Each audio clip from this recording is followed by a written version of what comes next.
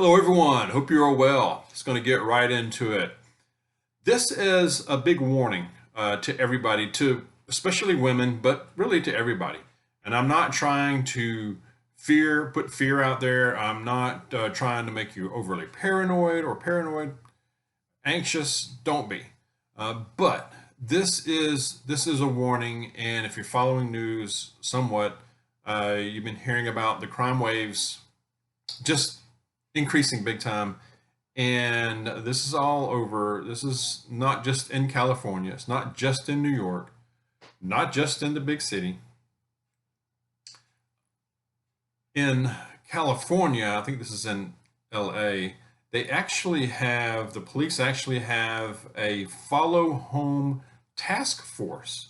You're thinking, dog, what is follow home task force? Well, they've been having a rash of incidents where robbers, predators, thieves, whatever you want to call them. I have stronger words, but I won't use here. But following people home from running their errands, going to the stores, whatever, and robbing them then. It's a rash. It's going to continue because there's little or no consequences, apparently. But you need to be on guard, really, no matter where you are, whatever you're doing, when you go out, especially now more than ever. Like I said, this is just a serious warning, especially when you go out into wherever you're going to run your errands, stores, work, school, what have you. The criminals and predators are more brazen than ever right now. Like I said, I believe because the consequences are low. The risk reward. The reward is high. The risk is low right now, and except for certain places, I guess, where you don't may not see it as much, but it's happening in smaller towns as well, places you wouldn't think it would happen. I hear from you guys too that it's happening in your areas. So we've know about, you've been hearing about the smash and grab robberies where you have 50, 60, 70 people who are making a coordinated hit on the high-end stores and such as that. That's been going on. It continues. It will continue. Why would it not? Of course. But we are starting to see home invasions now. Talked about that being a possibility. Sure enough, the home invasions are happening, and the follow home things are happening now. So new trends, like I said, more brazen. There was a story I came across. This was in California, a holiday party in an upscale community. This was not in the inner city by any means, where thieves just walked in the front door and robbed people of jewelry, cash, cell phones, electronics, whatever you got, whatever they could get, whatever they could carry out, I guess. In the middle of a holiday party, people were at home. I mean, there were cars parked outside, so it's obvious the house is occupied. Didn't stop them, you know. Pretty brazen, right? Can you imagine? I mean, and then one of you guys emailed me about some crime increasing in Louisiana, breaking in homes while people are there, or while they're not there, or while they're there. I mean, these are neighborhoods where they're not normally a thing. I've also heard of some of these brazen crimes going on in New York. I've heard Texas as well. Back to California, this where they've had this follow home robberies is real big right now. There was one story about a couple. They were coming home, and they were coming now. Looked like it was dark from the video that I saw, but they were coming up to the front door, and two men rolled up on them, met them at the door, and they had tactical gear on and badges like they were police. They claimed that they were DEA agents and demanded that they open the door and let them in the house. So when the people they started resisting a bit from the way it looked, and and then the robbers pulled out a gun, and so the people going ahead and opened the door, let them in. A lot of their belongings were stolen.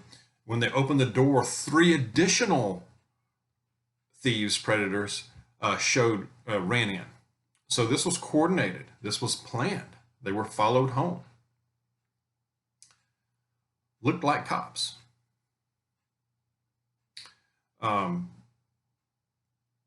It's unreal. So we need to be really aware of when we're leaving places, who's watching you.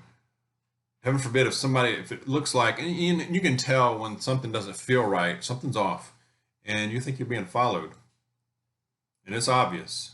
Don't go home, of course. Call the police, go to a fire station, go to a police station. If it feels off, it probably is. In Minnesota, we had a home invasion in an apartment where a young lady and her mom lives. These young guys that knocked on the door. She opened the door, and like 3 or 4 of them run in there, beat them up, mug them. I'm assuming they robbed. I didn't say for sure in the story, but they roughed them up.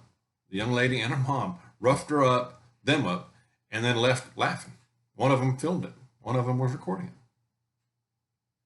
Unreal. So this is happening all over. Some things I would recommend, and you can share what you think too, of course, is I would, if possible, if you're able, do your running around early in the day or middle of the day. I know Mrs. Dawg and I, when we go out, we're usually together. We go out around the middle of the day and get it done. Be aware, like I said, of somebody watching you or who seems to be interested in where you're going. With your gut, like I said, doesn't matter where you live anymore. Be careful how you're unloading stuff when you come home, when you arrive home. Be aware of any cars that look unfamiliar or people walking around that you don't know that don't look familiar. Just be extra careful, especially when you arrive home and you're coming in from that car to into your home. Mrs. Dawg has not pumped gas in a number of years. I prefer to do it, and she's fine with that. Not that she can't do it; she can handle pumping the gas, and she could, I believe, she could take care of herself as well. She's very aware and very intelligent. But I prefer to do it. I prefer to be the one that take that risk. Gas stations I've talked about before. Super aware. I just went just the other day, gassed up, one of the vehicles, and I look around at other people, I'm just aware of who's around me, of course. And again, I've seen this before. I saw a young lady, head buried. She set the gas pump to, to where, put the clip on there where it runs, got back in her car and buried her head in the cell phone. Didn't know who was around her. Wouldn't have known me if I walked right up on her. Wouldn't have known. So please be aware, especially in a place like that, you're really vulnerable at that time, okay? Don't matter where. I don't care if Dawg, I live out in Main Street, USA, nothing happens. Yeah, it can happen there. It really can. I'm hearing about it from other people, okay? Defensive tools. You know what I mean? If you have them, you're trained, be ready. Be ready. I think we should first put eyes if somebody suspicious that's watching you, put eyes on them. Let them know you notice them, okay? That usually takes care of it, okay? So avoidance, put eyes on them. I'm not saying stare them down and start something, but, let them know you're aware of it, okay? And then as a last resort, defend yourself. But you got to be ready, and you got to, practice that, okay? Have some kind of self-defense tool. Something more than just foul language, okay? All right. That's what I recommend. It's been a while since I've shared a Bible verse. 2 Thessalonians, one of you guys had mentioned this one in a few videos back. 2 Thessalonians chapter 2, starting verse 7, first couple of verses of that, it says, "For the secret power of lawlessness is already at work. But the one who now holds it back will continue to do so till he is taken out of the way. And then the lawless one will be revealed, whom the Lord Jesus will overthrow with the breath of his mouth and destroy by the splendor of his coming. Again, that's 2 Thessalonians chapter 2, verse 7 through 8. Good stuff. I will end by saying, be aware, take care out there.